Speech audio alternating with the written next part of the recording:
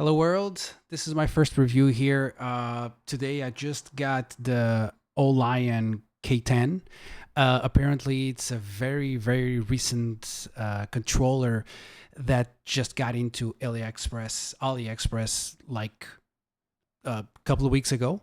Uh, People out there are still waiting to receive it, but I just got mine today. And this is it. Sorry for the crusty quality of the camera. Of course, this is not my day job to be a YouTuber, but this is it. I got it in the legally distinct Eva 01 color scheme, right? Because I really like the Evangelion things.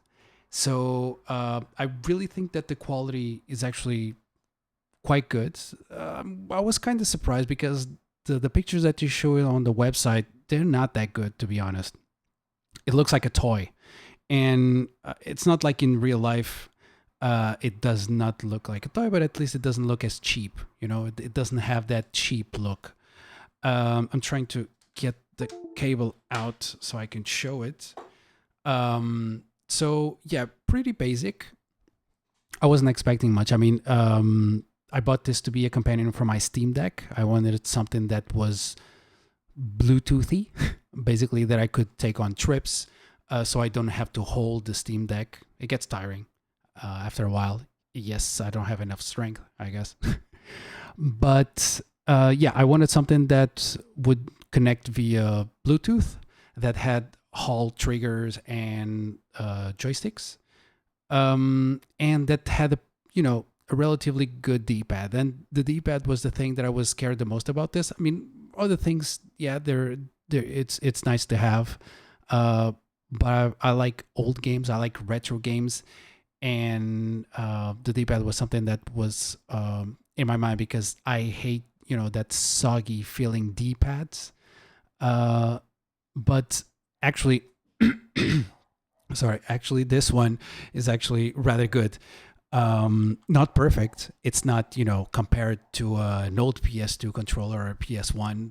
Those D-pads are like god tier, but this one is not that bad, to be honest. I'll show it a bit more so you can take it in. There's other color schemes. You don't have to be this garish, but my Steam Deck is already indigo or purple, whatever you want to call it.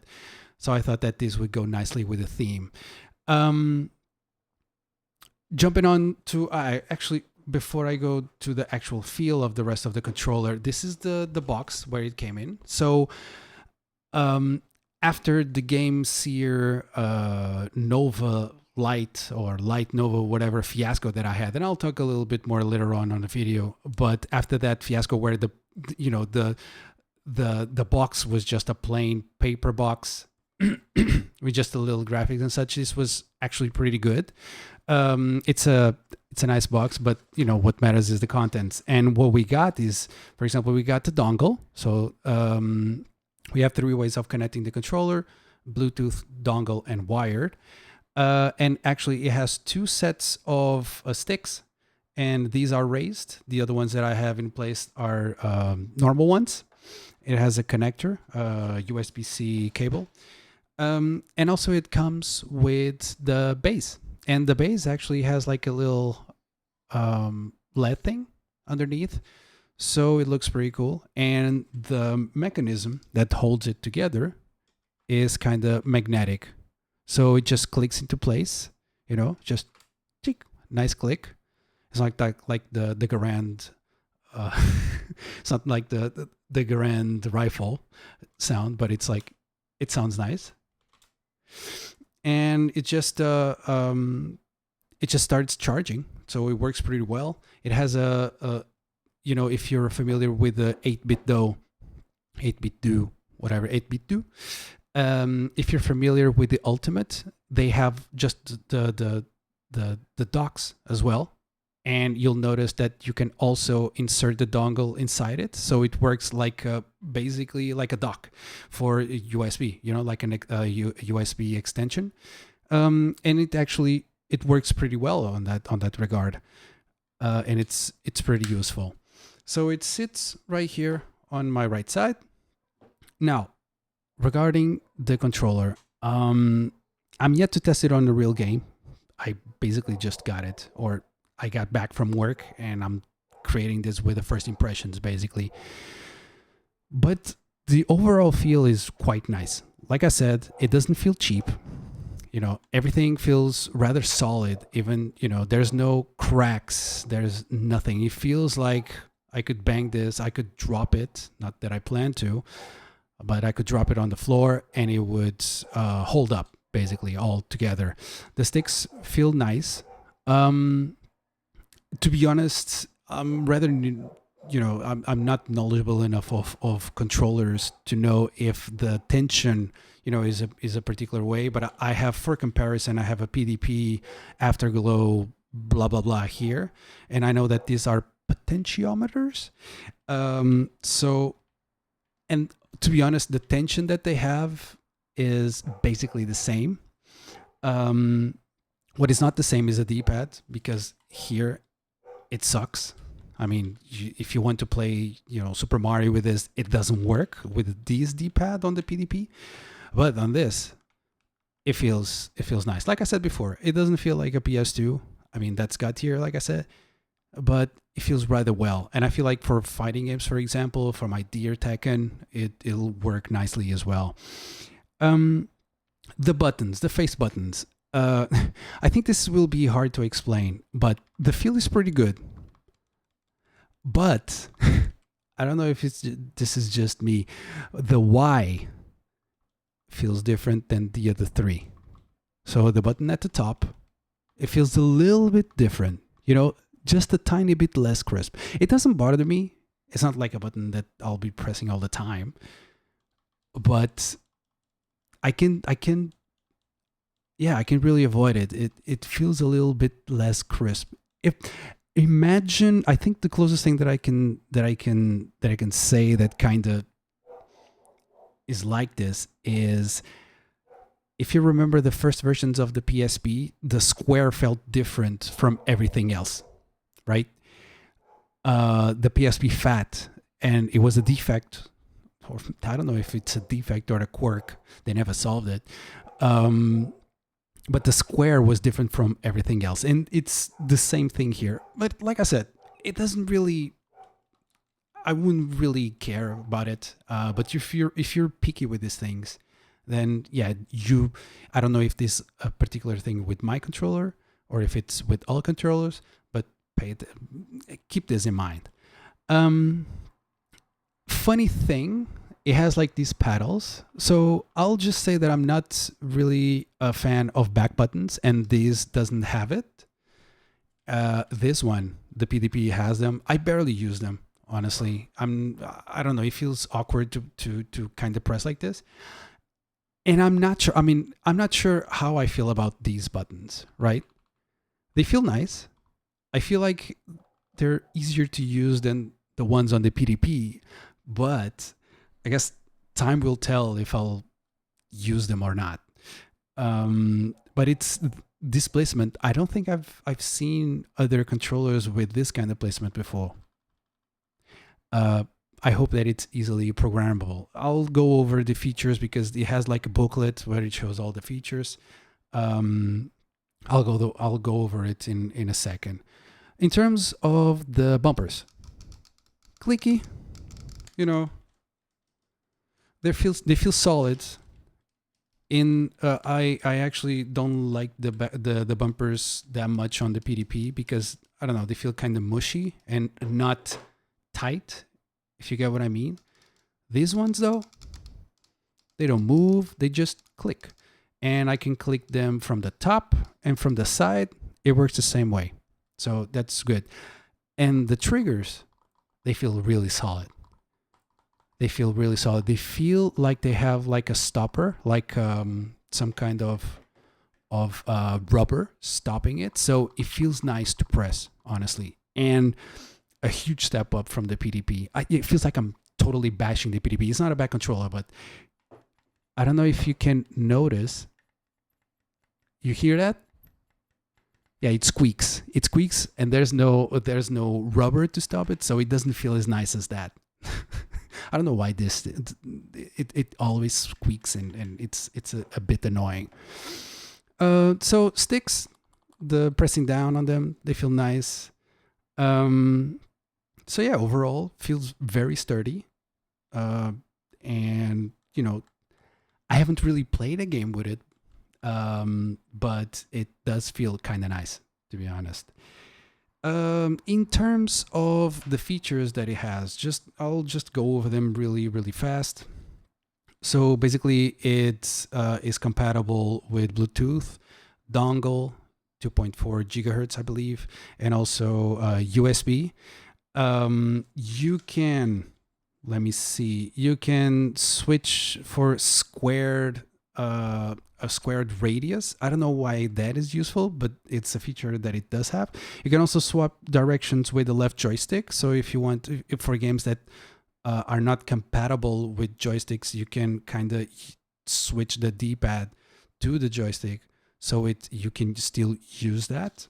You can, of course, exchange the ABXY layout. So if you want to play Switch games, for example, you can do that.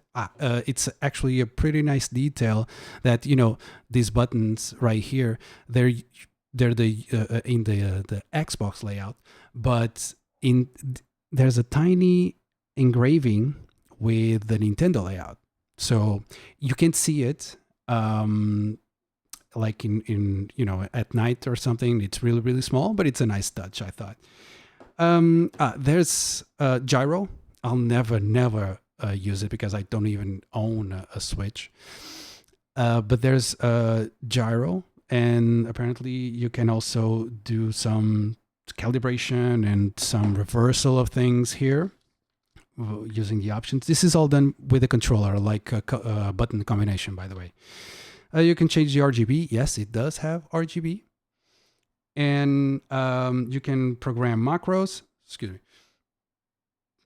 Oh yeah, nice to go on camera. You can program macros. You can have turbo, change the vibration settings. Typical things for a controller.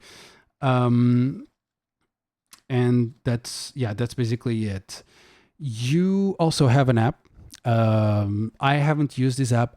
I'm not sure if I'll ever use it because it seems like a not so legit Chinese app. At least I won't use it on my main phone.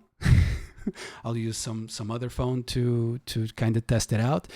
But it's available in the App Store. It's for both iOS and also for Android, and you can actually do some of these changes there, I believe, and even update the controller. I believe it allows for those types of features, but maybe I'll create another video or just post it on Reddit about the functionality that I find. But for now, I'm not going to do that. I guess it's time now to start it, to put it on, right? And I'll start by connecting the USB. So, and now I'll hold the home button, and there you go. It's connected. It actually looks, I don't know how this will look on camera, but it looks really cool. I mean, yeah, it's for some it might be a little tacky, but I don't mind being a little cool and techy and stuff myself. I don't like this. I don't mind having these types of lights. I mean, I have an RGB controller, so of course I wouldn't. There's probably a way to turn all of this off. I think there you can change the RGB lights, but also turn them off. But I also like the fact that the buttons are illuminated and everything is illuminated out here. The logo of the company is also RGB. I don't know, it gives it a cool look. A nice touch that I saw was that I believe that this has like 4 LEDs right here at the top. And I believe these are they reflect the battery. So right now it's about what, 75% or something. And because at least when it's charging, it completes these it does like think of the Knight Rider. Basically, it does that kind of pattern, and I think that it eventually will reach 100% and fill out the 4 lights basically. Um, so now that I have it on, basically, and now this is the first time, actually the first time that I'm doing this, so I don't know how that go, but let's switch for a live scene here. I'll choose, yeah, I'll choose the Xbox controller, and woo, okay. Polling rate, I don't know if this is something that you'd like to see. Polling rate 188 hertz. Circle error 0.3. I mean, it looks pretty cool to me, I guess. I'll be honest. I think the for dongle 188 hertz is quite good. I need to test the actual polling rates and the latency. I'll do that later, and I can provide with the details afterwards.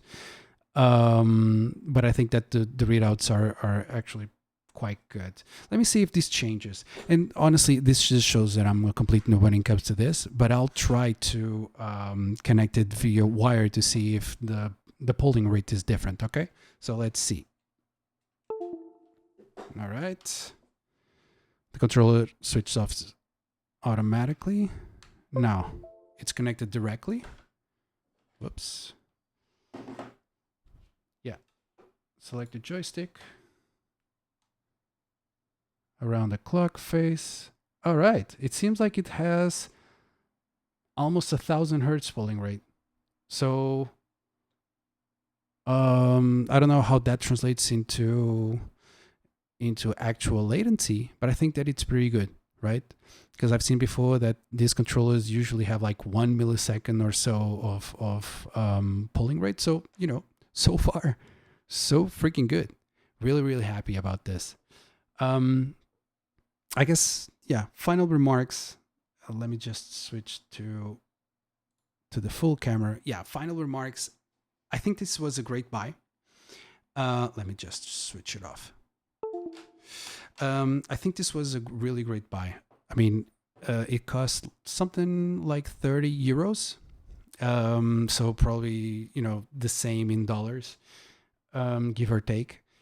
And to be honest, my past experience was that I bought the GameSir T4, GameSir Light Nova, right? So it also has these Hall triggers, Hall joysticks. It's very much like this controller, only a little bit more basic on the looks, right? But in terms of features, it's pretty much the same. But to be honest, this is what's left of it, because it was the first controller in 30 years of gaming that made me just throw it on the floor. I was so frustrated. I tried to make it work for 2 hours. I'm not joking. For 2 hours, I was trying to make it work with wired, with the dongle, and also via Bluetooth in my computer, and it just wouldn't work. And why wouldn't it work? Because it was simultaneously being recognized as a normal Xbox controller, but also as a keyboard. So whenever you try to play a game, it depending on the game, it kind of gets the both inputs together. So it creates issues, and it wouldn't stop doing that. I even tried to upgrade the dongle, which I was not even aware that was something that you could do. But searching around other people that had like similar issues, I tried to upgrade the dongle. At some point, it stopped working altogether, to be honest. And I just got so frustrated after that it ended up on the floor. It was broken. I even tried to kind of put it back together. Even tried soldering for the first time just to see if I could make something good out of this situation. But no, it was dead, completely dead. I just threw it in the garbage, and this is all it's left from it. These are the whole sticks. coming from the game, sir.